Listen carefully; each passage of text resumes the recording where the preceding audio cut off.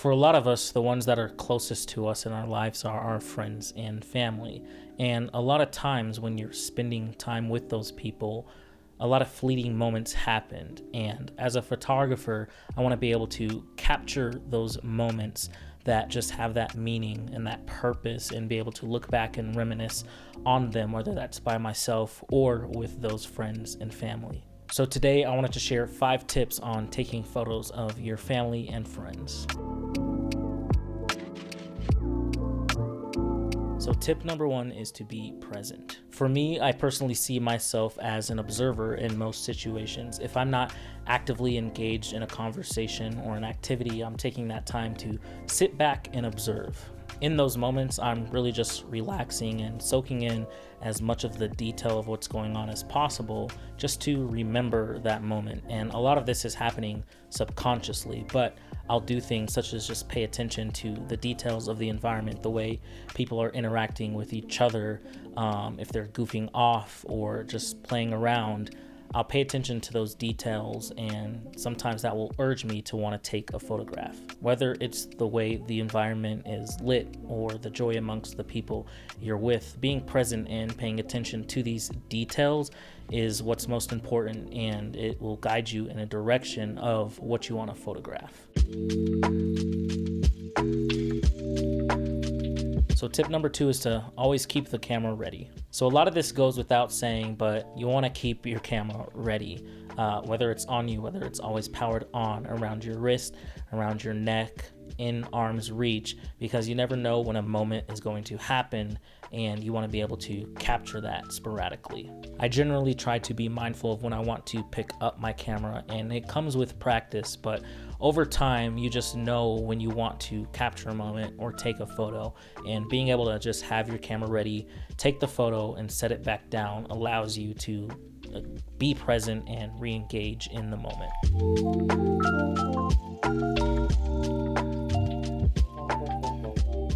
With all that said, the third tip is sometimes you don't need a photo. Being able to read the room can be very important, as you don't want to annoy people around you, or you just want to be sensitive to how people look and feel. And it's in these moments that I leave the camera behind and really not worry about taking a photo or just trying to capture a moment, and again, just live with those people in that moment.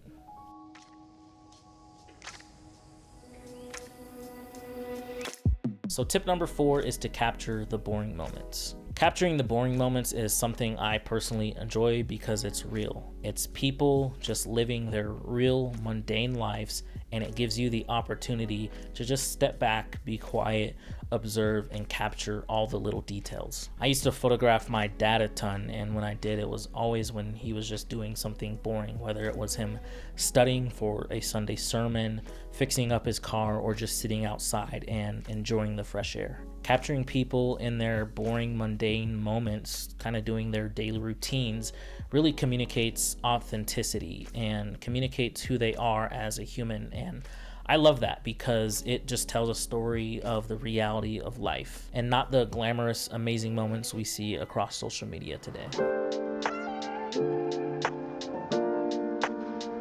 So tip number 5, and my final tip, is it's not the smiles that matter. For me personally, I don't like the stock look of everybody just staring, smiling into camera.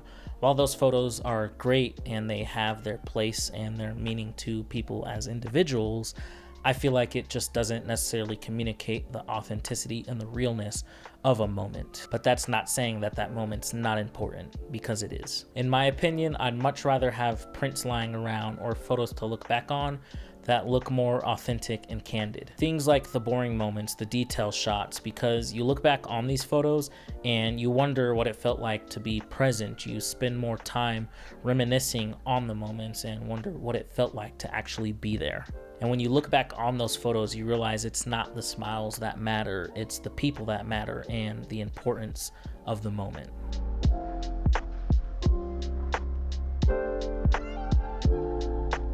in the end, rules aside, tips aside, whatever anybody kind of throws at your way, I think it's just important to be present, be able to take out your phone or your camera or whatever you have on you and capture that moment, and just know for yourself personally the importance of that moment.